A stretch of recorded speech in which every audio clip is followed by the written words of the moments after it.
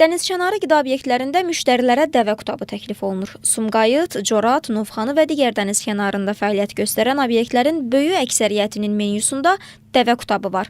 Amma aparılan təhlillər və statistik rəqəmlər onu göstərir ki, ölkədə bu qədər dəvə kəsilmir və ya ithal olunmur. Bəs o zaman dəvə qutabı adı ilə təklif olunan ətlərin mənşəyi nədir? İstehlakçılar tərəfindən daxil olmuş müraciətlər əsasında Qida Təhlükəsizliyi Agentliyinin Abşeron Xızı Regional Bölməsinin əməkdaşları tərəfindən Sumqayıt şəhəri Sahil küçəsi ünvanında fəaliyyət göstərən bir sıra ictimai yaşayış obyektlərində reyd keçirilib. Aparılan reyd zamanı Nicat restoranı və balıqçı kafesində dəvə qutabı adı ilə istehlakçılara təqdim olunan qutabların tərkibində istifadə olunan ətlərin mənşəyi və təhlükəsizliyi barədə sənədlərin mövcud olmadığı məlum olub. Qabaqcıl beynəlxalq təcrübəyə və bu sahədə ölkədə qüvvədə olan qanunvericiliyə əsasən heyvan mənşəli məhsulların hazırlanması məqsədi ilə diri heyvanların kəsimi, bunun üçün xüsusi ayrılmış və Qida Təhlükəsizliyi Agentliyi tərəfindən təsdiq olunmuş kəsimxanalarda baytar həkiminin nəzarəti altında aparılmalıdır.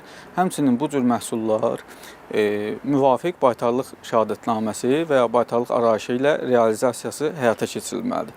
Kadrlardan da gördüyünüz kimi istehlakçılar tərəfindən daxil olmuş müraciətlər əsasında aparılan reyd zamanı dəvə qutabı adı ilə istehlakçılara təqdim olunan qutabların tərkibində istifadə olunan ətlərin mənşəyi və təhlükəsizliyi barədə sənədlərin mövcud olmadığı məlum olmuşdur.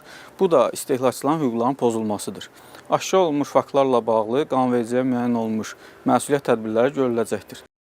Həmçinin reyd zamanı Restime, Diana, Santomore, Sunset, Duyğu, Yaxta və Gəmi adlanan ictimai yaşayış obyektləri tərəfindən təqdim olunan menyularda dəvə qutabı göstərilsə də sahibkarlar tərəfindən uzun müddətli bu xidmətin dayandırıldığı bildirilib.